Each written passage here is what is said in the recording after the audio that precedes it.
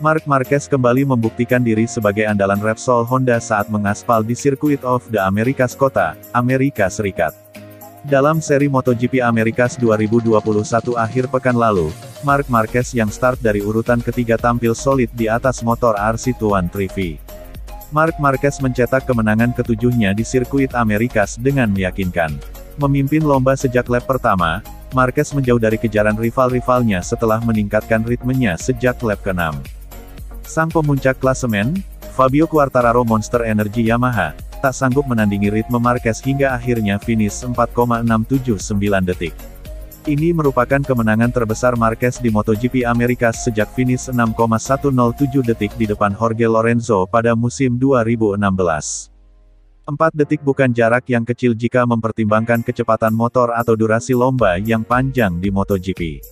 Dengan perkiraan sederhana selisih kecepatan rata-ratanya waktu lomba, ataupun analisis foto finish, Marquez unggul lebih dari 200 meter di depan Fabio Quartararo. Gap tersebut barangkali bisa lebih besar lantaran Marquez mengaku menurunkan kecepatannya pada 5 lap terakhir. Kemenangan juara dunia 8 kali tersebut mendapat pujian. Salah satu pujian kepada performa kuat Marquez mengalir dari pengamat MotoGP, Carlo Pernat.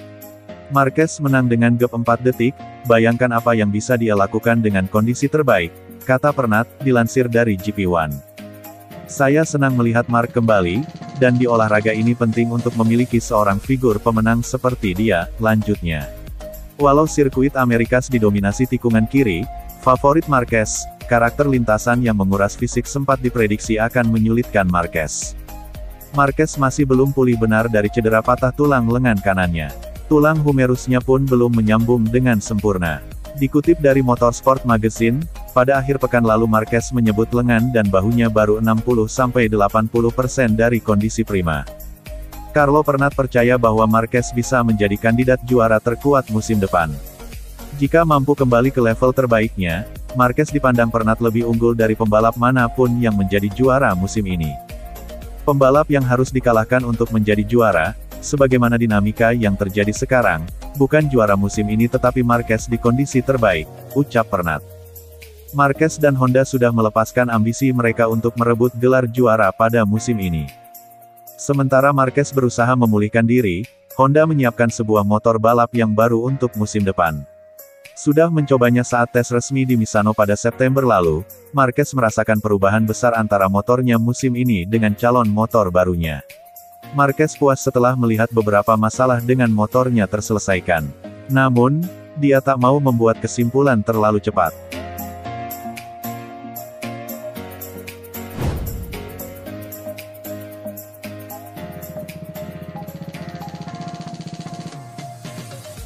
Perebutan gelar juara dunia MotoGP 2021 melibatkan dua nama pembalap, Fabio Quartararo Monster Energy Yamaha, versus Francisco Bagnaia Ducati.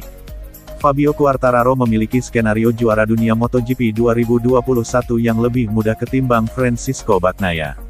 Quartararo saat ini menduduki posisi puncak klasemen dengan raihan 254 poin. Ia unggul 52 angka dari pesaing terdekatnya, Francisco Bagnaia. Bagnaia berada di tangga kedua dengan koleksi 202 angka. Performa Bagnaia sendiri dalam 3 balapan terakhir tengah bagus-bagusnya. Ia membukukan 2 kali podium kemenangan dan 1 podium ketiga menjadi bukti bagaimana kuatnya Bagnaia dalam mengejar perolehan poin Quartararo. Namun ambisi Bagnaia dalam meraih gelar juara dunia MotoGP 2021 nampaknya bakal anti klimaks. Pasalnya ia sudah tak memiliki banyak waktu, meski selisih poinnya dengan Quartararo saat ini tinggal 52 angka. Pasalnya, balapan MotoGP 2021 saat ini menyisakan 3 kali race saja. Secara keseluruhan performa, Quartararo jauh lebih baik dari Bagnaia. El Diablo membukukan 5 kemenangan. Dia membutuhkan 24 poin saja untuk menyegel gelar juara dunia. Quartararo memiliki skenario meraih gelar juara di MotoGP Emilia-Romagna. Syaratnya menduduki podium utama. Bagnaia memang lebih mentereng dalam hal performa dalam beberapa race terakhir. Namun ia sudah tak memiliki waktu alias dikejar deadline. Skenarionya untuk mengkudeta posisi Quartararo dari puncak klasemen terbilang rumit. Ia wajib menyapu kemenangan dalam 3 balapan tersisa. Itu saja tidak cukup. Fabio Quartararo perlu kehilangan banyak poin di sisa balapan. Artinya Dewi Fortuna pun sangat diharapkan bernaung kepada Bagnaia dalam hal ini. Uniknya, pembalap asal Italia tersebut tak terlalu gerasah-gerusuh dalam pacuan perburuan gelar juara dunia MotoGP 2021. Ketika ditanya apakah akan membuat langkah berisiko terhadap Quartararo untuk menjaga harapan gelarnya tetap hidup, Bagnaia menjawab, "Saya di sini hanya untuk mencoba menutup celah ini yang sepertinya tidak mungkin untuk ditutup," terang Bagnaia, dikutip dari laman Autosport.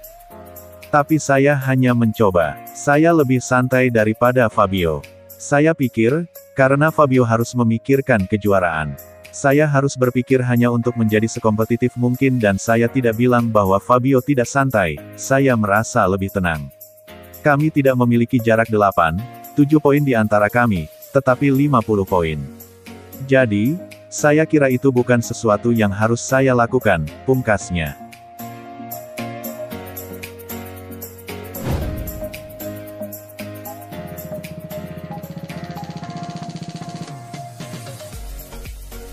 MotoGP Indonesia, Pertamina Mandalika International Street Circuit, sudah dipastikan masuk kalender MotoGP musim depan.